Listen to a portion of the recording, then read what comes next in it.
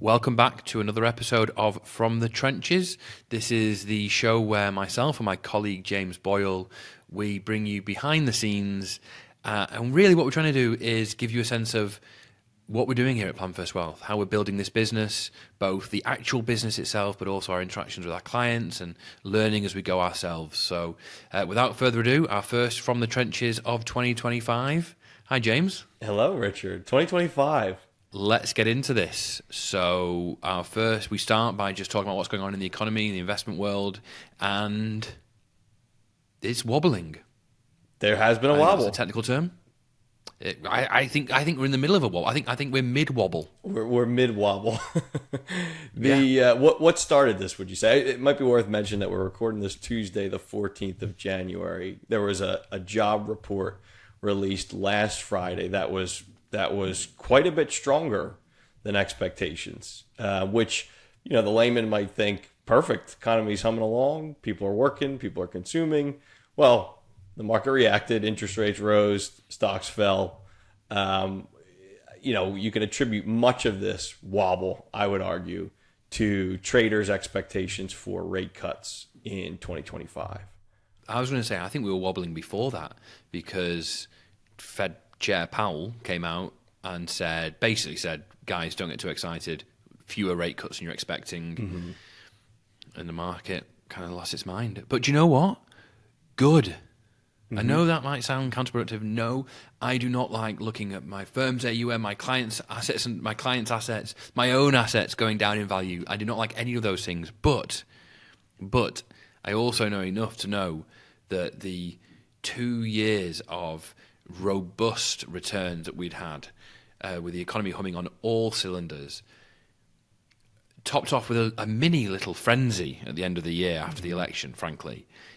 We had to have a wobble, because if we don't have a wobble and we just continue like the way we were going, which everyone thinks they want, but the resultant kind of collapse from that would be horrible.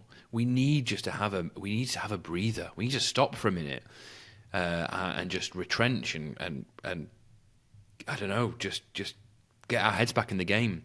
You can't 3 years of 20% returns is going one way, which for me is a bubble, which for me blows up, frankly. So I welcome a wobble right now. Yep, I would agree. It's an important distinction and a hard point to make and be understood, that not only on some level logically we understand that these kind of pullbacks, corrections are healthy, right? And they're needed.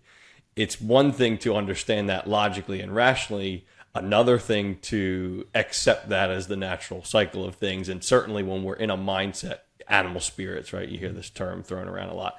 I would argue in November, December, or very early in December, there was still this sort of speculative trend of tech is always going to go up. We're going to get a bunch of rate cuts next year. That's only going to bolster these companies' bottom lines. We'll talk about concentration in the market right now. But, when those patterns reverse, the come down can feel painful in the moment, but we know it is just a natural part of the market cycle. It's amazing and we're as guilty of it as everyone because we are human. Mm-hmm. Ultimately. That you look at your statement, you look at your asset values, and that anchors you. Once it hits a level, even though it's invested in something that goes up and down, and long term the trend is overwhelmingly up, you get anchored on the highest value, and it hurts. But that's kind of what we're here for, is to give people perspective and a rational kind of shot in the arm when things like this happen. But like I say, we needed it because what were we reading recently? The two of the hardest times to be a financial advisor, financial planner, are when things are really dark. Think global financial crisis. Think the depth of COVID, although that happened very quickly, and think most recently October 2022, after like 10 months of falling equities, falling fixed income, and everyone just wants to bail. Yep. And we say, no, hold tight, this will turn around. And bear in mind, at the end of 2022, the whole world, myself included, believe we're heading for a severe recession. What happened? No recession, 2 years of 20% growth. Yeah, we're up. But in October 22, %. I think I mentioned this last time, but thinking about 60% from those lows of 2022, it's just incredible. But do you remember our investment reviews in October 2022? The second half of the year were pretty brutal. Oh yeah, and people start to lose faith, and we're there to say keep the faith, and we were rewarded for that. Well, the flip side to that is kind of the frenzy that was the post-election. Before this we had this wobble, when everyone just when everything's working, and some things are working very, very well, almost too well, and then everyone just wants to pile into that. Everyone forgets that the successful investing is looking where the puck is going, not where the puck is. Everyone's looking where the puck is and says, "Oh, we just want to get into that."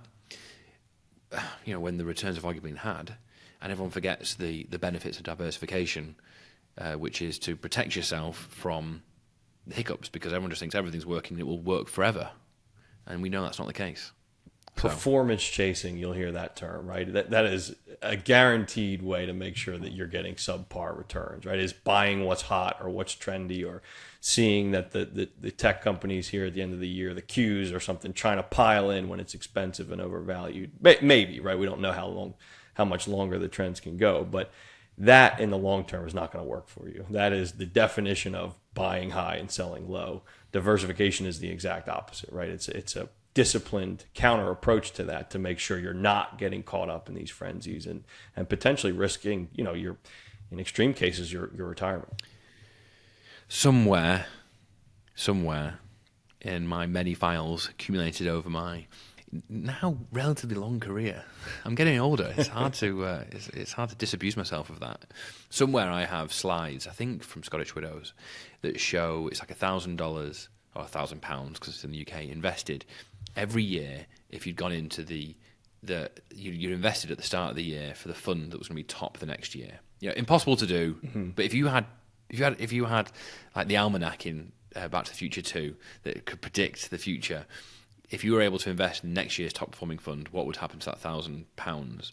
And it's like crazy money, monopoly money. Not even monopoly money, just crazy money. The flip side to that is, and this is what people can do and do. If you take £1,000 and you had invested it at the end of that calendar year in that year's top performing fund, what would you do to your £1,000? So okay. We're at the end of 2024. This fund XYZ was the top performing fund. I invest it all in XYZ, and so on and so forth. And you basically decimate your £1,000. Complete decimate your £1,000. Yep. And that's not what people want to hear, right? People want to hear, oh, you have the answer. This fund outperformed this year, and that means it's going to do that next year. Tech was huge in 2023 and 24, so certainly in 25 it'll continue. Not the case. Do you know where the word decimate comes from? It was Roman legions, or yes. Have I told you this, or is I feel like just pulled that? You know what? We're going to credit my encyclopedic knowledge, but anything Roman related, we can rest assured, Rich, you probably taught me at some point. This is one of the ancient punishments in the Roman legions. This is like Crassus. This is Spartacus's time and earlier. Was when you were punishing a legion, they had this punishment called decimation, and you would pull out lots. There'd be 10 people in a lot, and you pull out lots. Whoever got the short straw, the other 9 had to beat them to death. That's that was punitive punishment. So it didn't happen that often. When it did, you've decimated 1 out of 10, and they'd have to be killed by their own fellow soldiers. That is a vivid image for your portfolio. Use that for your retirement savings. You get an understanding of why we don't invest our clients' monies in that way. So just to wrap up here, we're having a wobble. I actually think this is a good. I'm not enjoying it, but I actually think it's a good thing. It's a positive thing. In the grand scheme of things, we're only 2 years into this bull market. We do not want it to come to a premature end or go out with a bang. Things did get a bit silly after the election, frankly, and I think part of it is like gambling. People now, I think there's a whole cohort of new entrants to the stock market who have been kind of schooled on Robinhood Yep. and the new gambling, who treat stock market investing like gambling, and it's great that people are more invested and more engaged, but my experience has told me that ends in tears. Yeah. But also it ends in important lessons being learned. So There's something to be said for accessibility, right? Which no one can argue. I mean, the stock market as a whole, or investing, is as accessible as it's ever been, right? And likely will continue to open up in that way, which is great in a lot of respects, but in other aspects, especially fallout from COVID and that kind of sort of, again, this idea of speculative trend chasing. I don't know if we've seen yet the impact. It will be years and years that people will be studying this from a sort of behavioral finance perspective of what does that do to markets during corrections? What does that do during downturns? How do those kind of what you might call retail investors react under changing market circumstances? Everyone feels like an expert when they're picking stocks in a massive bull run. If that trend turns around, what happens? when it turns around, Right. Yep. it's a matter of time, and I think they're getting. I think trends are getting shorter and more aggressive. So I think downturns are quick because just information travels so frequently here, which in a way is good because hopefully it means that the unpleasant down periods will be shorter, but they'll be sharper. Yeah. And it also means the recoveries will be sharper as well. And you know that famous old adage about missing the top 10 days in the market or something decimates like 50% of your returns. I completely put those figures out of thin air, but they are very compelling. There are actual stats on this. If you miss out the best days in the market, you destroy your returns, and best days in the markets come after the downturns. And you can't predict the downturns. They come out of nowhere, generally. So The other thing that we've sort of alluded to it a couple of times is increasing market concentration, right? So if we look at the S&P shorthand for large U.S. Companies, pulled a couple stats here that I thought were pretty staggering. Number one, there are 8 stocks in the U.S. that exceed $1 trillion valuations. 8. The S&P, the 10 most valuable stocks, account for a third of the index's total value. So again, 10 out of 500 companies in the S&P account for 1/3 of the total value. Even at the height of the dot-com madness in 2000, that number was less than 27%. Now, there will be all kinds of arguments from a macroeconomic perspective about why that is, and maybe this can continue, but you talk about sharp downturns. If something affects these Mag 7 stocks or the tech behemoths, you're going to feel that pain pretty quickly and pretty sharply if sentiment changes. So it's just something to be prepared for.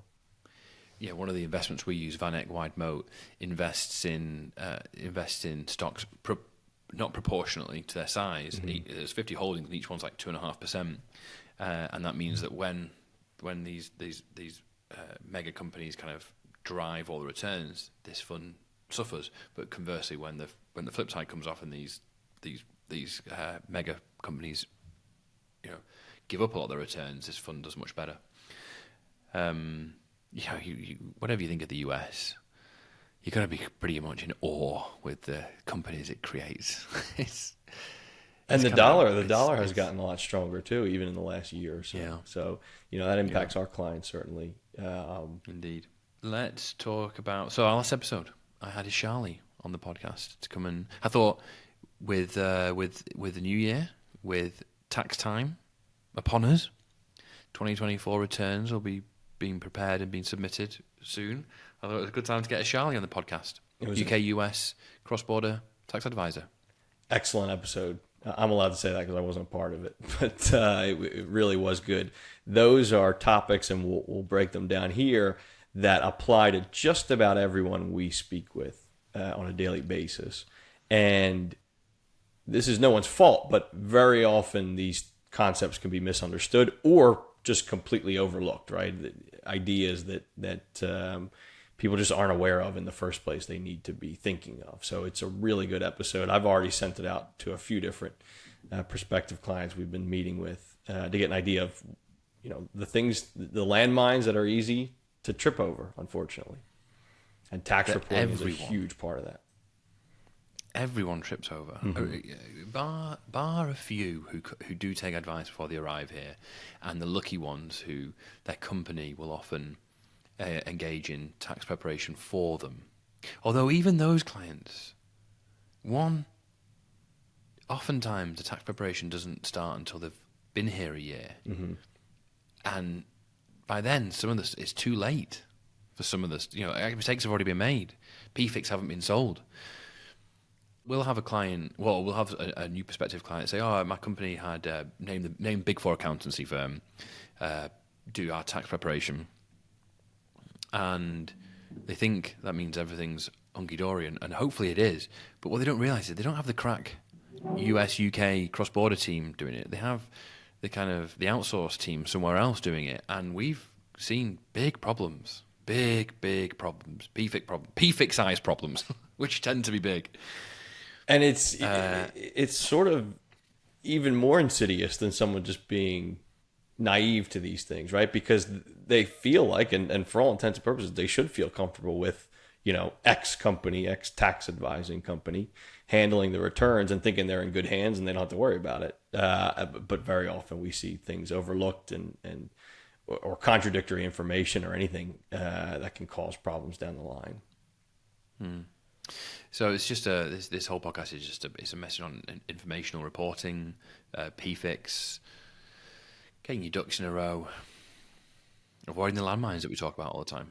Yeah, things that we've repeated, and we don't need to sort of harp on them, but a lot of misconceptions that we see, a common one, like I have this old pension from the UK, haven't taken any income, haven't taken any distributions, I haven't been reporting it. Or another thing we hear is maybe I've been reporting it or doing it on my own, but I'm not sure if I'm doing it correctly. So Ashali walked through a lot of the different forms and things you should be considering. Informational reporting doesn't necessarily mean that tax is due, but it does mean that if you have ownership of a financial account in a foreign country, pensions included, very often they do need to be reported. Somewhat unique to the U.S. Obviously, the IRS has idiosyncratic rules when looked at on the global stage. The takeaway always is to work with a qualified cross-border tax advisor to make sure you're crossing those T's and dotting the I's and not missing any of these things that quite frankly are so easy to miss. Yeah. I've literally just before this call, I came off a meeting with someone else who is who's frustrated with the tax advisor because all they do is backward-looking stuff. And I actually think in my experience, most people will say they have a tax advisor and they don't realize they have a tax preparer. And if you're in the cross-border space, if you're an expat or an immigrant here who's got international connections and stuff overseas, and you don't have a cross-border tax preparer, then that's probably a problem. When people think you have a tax advisor, but you don't. You have a tax preparer, and it's totally different.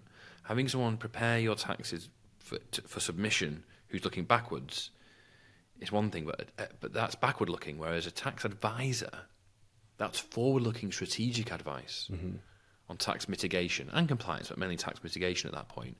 And these are two radically different things. And in my experience in America, I think if you're an expat or an immigrant and you're doing your own I think doing your own taxes is an act of madness, frankly, especially for an expat or an immigrant.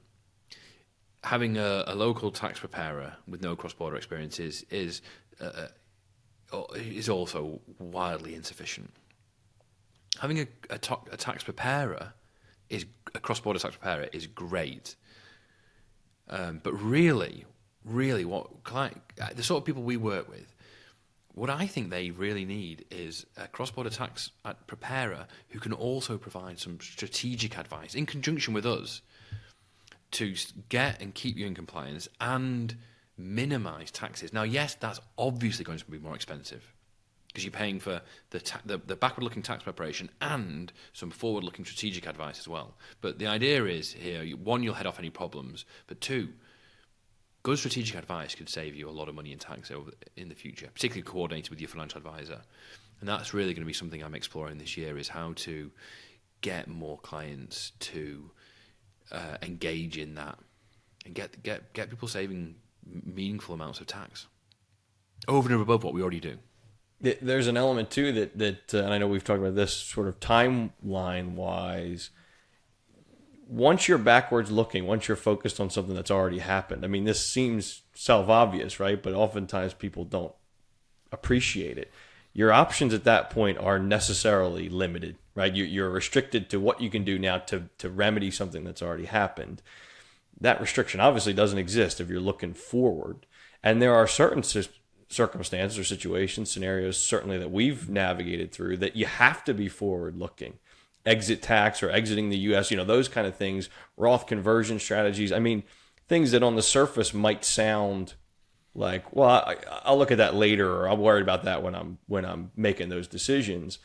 With not even that complex, straightforward, forward-looking planning, your options are way wider, way more further ranging, and could potentially, like you say, not only save you money, but could potentially be adding to your investment portfolio or mitigating what might have otherwise had to be paid if you were only backwards looking.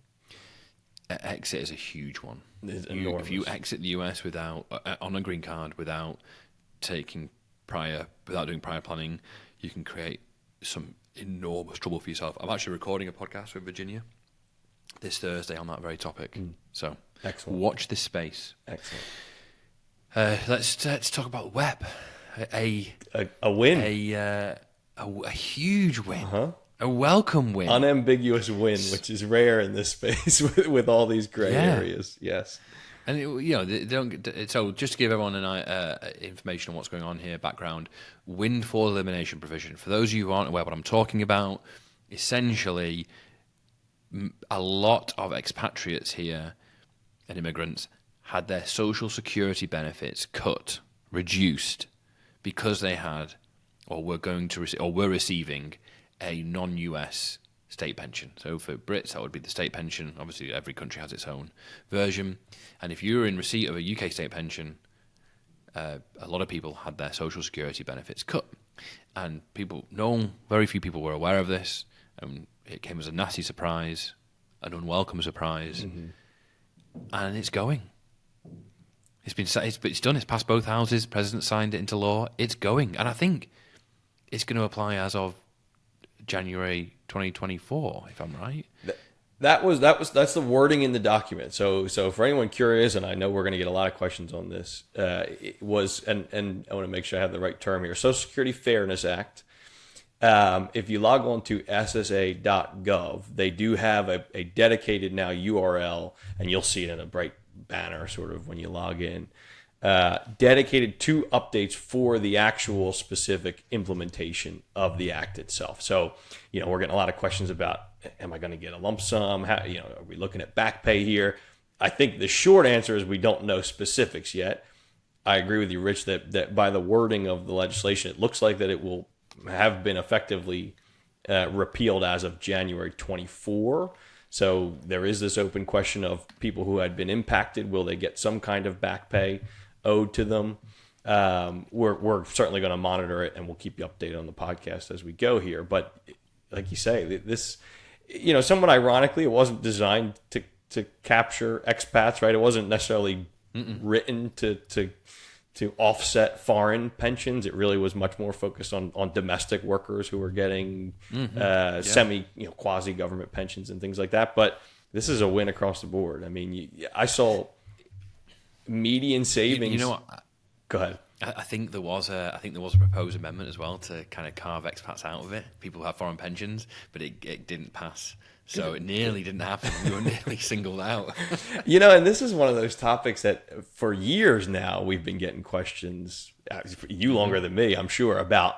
Every once in a while a bill would come up in the House or something, or be presented and say, okay, we're talking about repealing WEP. And for the longest time we just said, look, we can't speculate. We can only take action if and when something gets implemented, and it's happening, which is excellent. Yeah, really, really great, just great news. Yeah, so we don't know the details yet, but we know it is happening, folks. WEP is going away, which for expats and immigrants in America who spend a bit of time working outside of America is generally great news. Yep. So, take the win. The shortest takeaway is that you will be able to collect your Social Security unreduced now, no matter on what other foreign state pensions you're collecting, which good news all around. So I just want to add something to agenda today, which I had a conversation yesterday at the gym. I CrossFit irregularly. Because my life is taken up by work and children, and being an expat, we have no family help here. It's just my wife and I, so I don't go as often as I want to.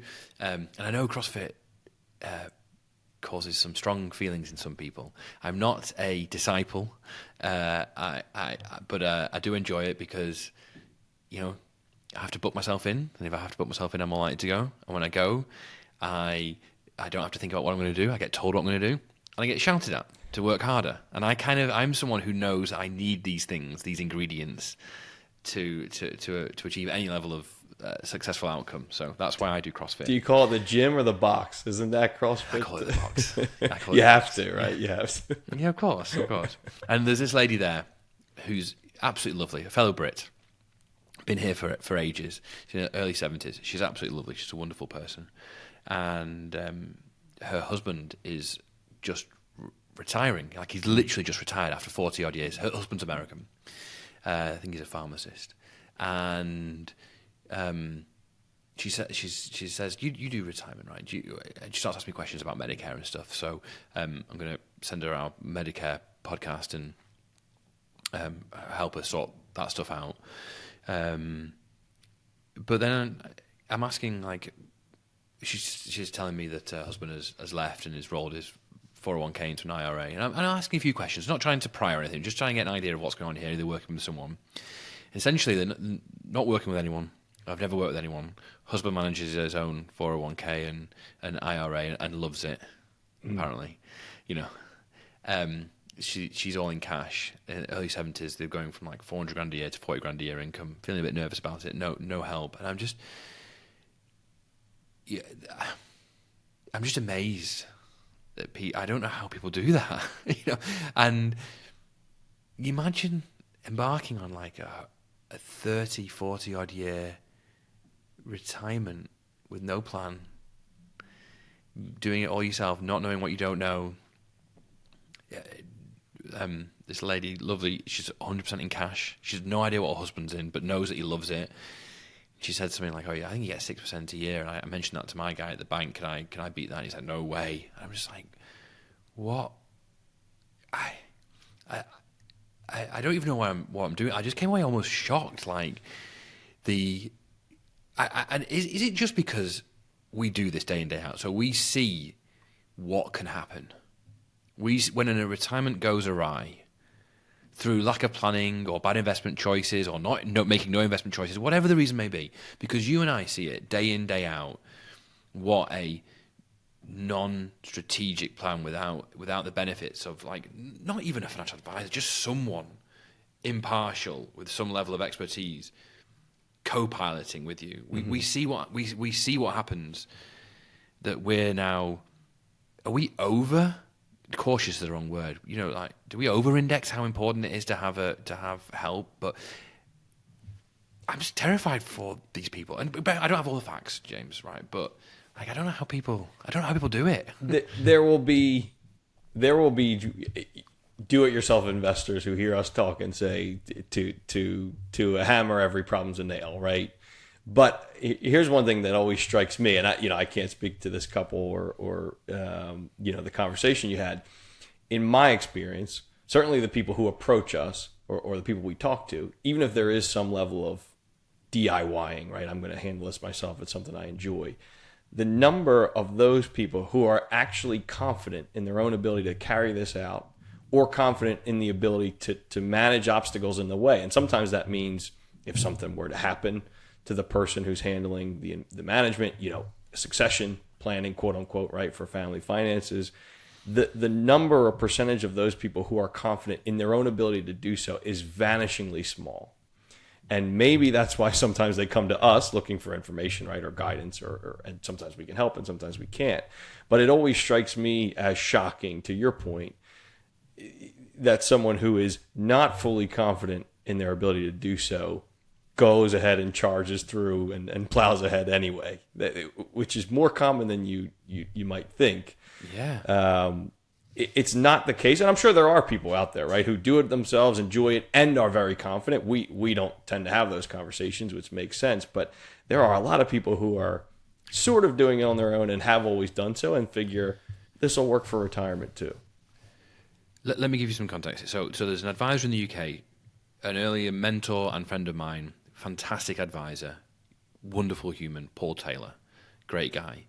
He is of the opinion that a successful client outcome for some clients is taking on someone who doesn't DIY, but then this isn't their world, and over a course of 5-10 years, graduating them out of your proposition, graduating them to a place where they can do this themselves. And I agree and disagree with him. I do agree that there are some people for whom that is appropriate. However, I think for almost everyone, including the best and most committed DIYers, there comes a point, either at retirement or significantly into retirement, where even they would benefit from having a trusted advisor. Not it doesn't have to be a financial planner, but someone with them on this journey. Mm-hmm. Because there's a few things. The most obvious one is, as we get older, there becomes a legitimate chance for cognitive decline. Literal dementia, but also just general cognitive decline. And that can lead to poor decision making. But really, because, what does I say? No plan B.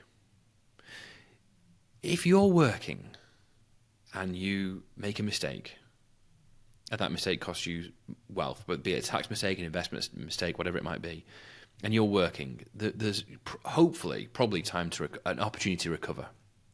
Once you're in retirement, there's no plan B. You get it wrong, and if you get it seriously wrong, and we're all capable of getting it wrong. If you're a human being, you're very capable of getting it wrong, either by making poor decisions or just not knowing what you don't know. That's actually what we encounter the most here, right? You don't know what you don't know in this cross-border world. And if you get it wrong in retirement, there's no plan B. There's no making it back. There's no recovering. The stakes are so high.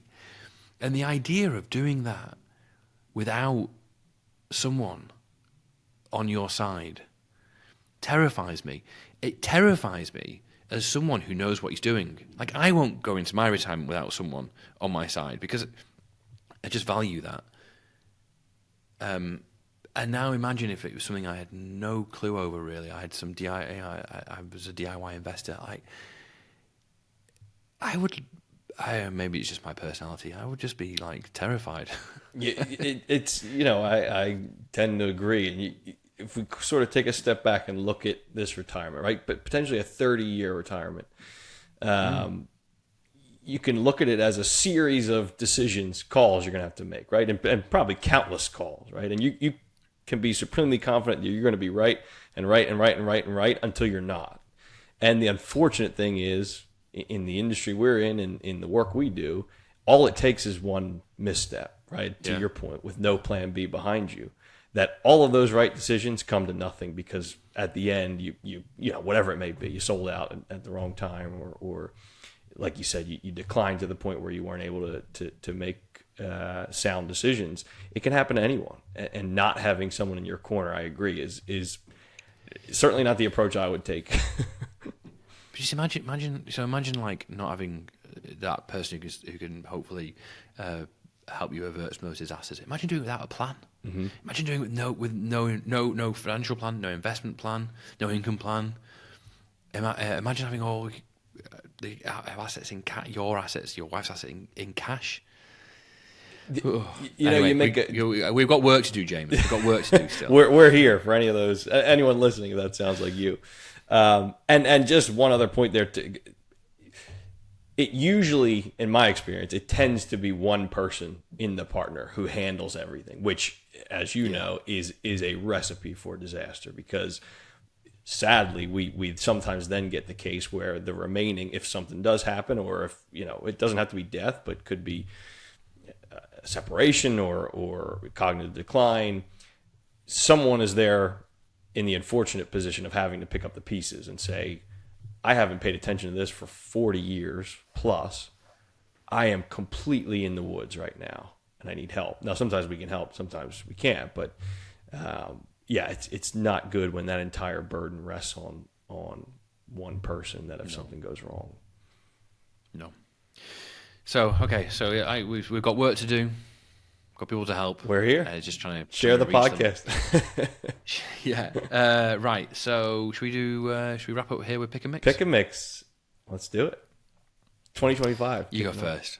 Oh, I have a good one. I don't want to oversell it now, but I was excited yesterday saying, I got something top of mind. So I think I'm late coming to this, but it is relevant for our audience. I think a show on Apple TV called Slow Horses. Have you heard of this? Oh, yes. I'm fully caught up. Okay, no spoilers. We just finished season 1. It is, for anyone not watching. Yeah. I'm late. It's had to be around for a few years now, right?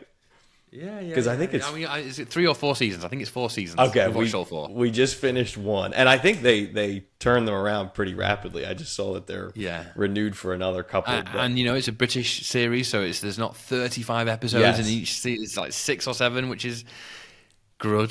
Frankly, it's good. The British series have that down. I think we just finished season 1, which I think it was 6 episodes, and it's taut, well paced. You don't get bored. Yeah. The characters are unbelievable. For anyone listening who hasn't seen it or heard of it, I think it's based on a book series called Slough House, and I was looking at the author's name was Mick Heron, a show starring Gary Oldman. I guess what you'd say is the sort of lead, and he is head of a spy group of ragtag sort of rejects in MI5.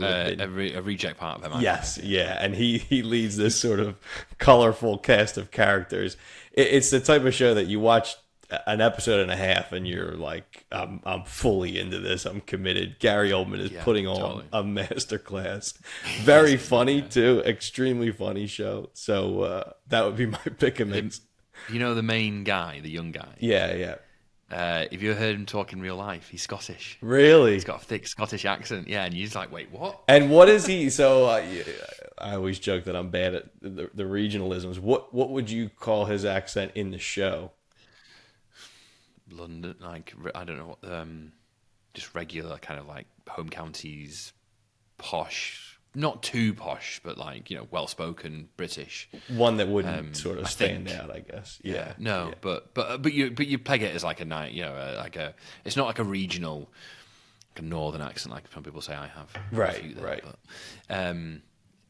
it's southern but not nice, not too regional.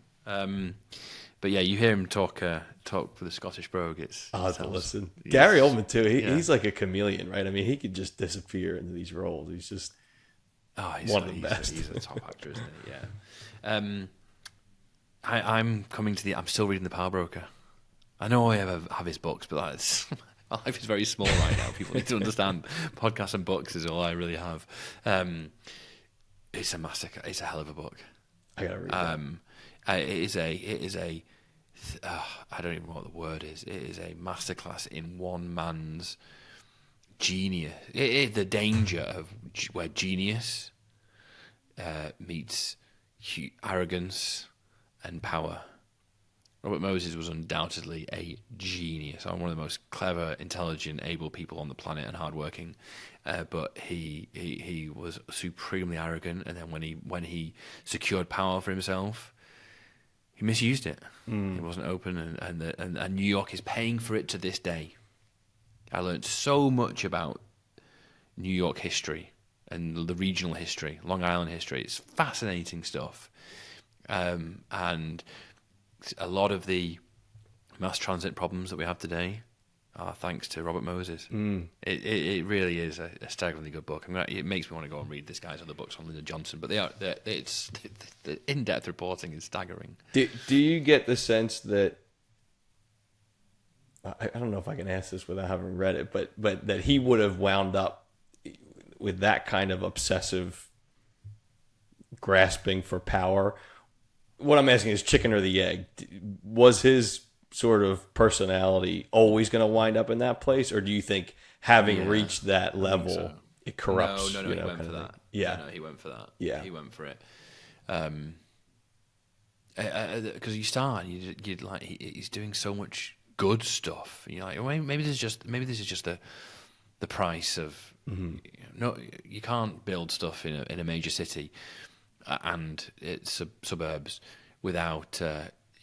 What is the phrase? You can't make an omelette without breaking a few eggs. And at first you're thinking that, but then it just morphs into something way more sinister and destructive and dogmatic. And ultimately, that's where it kind of cements. And like I say, New York paid for that, and New York is paying for it.